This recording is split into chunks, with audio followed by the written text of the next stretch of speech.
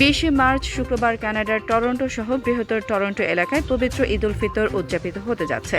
এই আনন্দঘন উৎসবকে ঘিরে টরন্টো, মিসিসাগা, ব্রাম্পটন, মিল্টন ও ওকভিল সহ বিভিন্ন শহরের মসজিদ ও ইসলামিক সেন্টারগুলো ব্যাপক প্রস্তুতি গ্রহণ করেছে।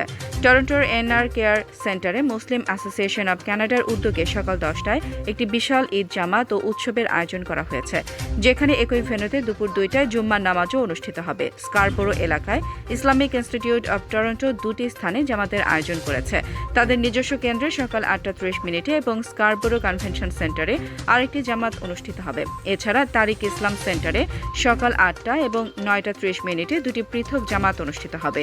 মিসিসাগার ইসনা মসজিদে সকালের বিভিন্ন সময় একাধিক জামাত অনুষ্ঠিত হবে এবং মিল্টনের সিডার রিজ পাবলিক স্কুল ও এলস ম্যাকগিল সেকেন্ডারি স্কুলে যথাক্রমে সকাল 7:30 ও 9টায় নামাজের সময় নির্ধারণ করা হয়েছে। ওকভিলের দার ফাউন্ডেশন এবং ডারহাম অঞ্চলের আজাক্স ও পিকারিং এলাকাতেও স্থানীয় সময় অনুযায়ী সকাল 7:30 থেকে 10টার মধ্যে বিভিন্ন ধাপে ঈদ জামাত সম্পন্ন হবে।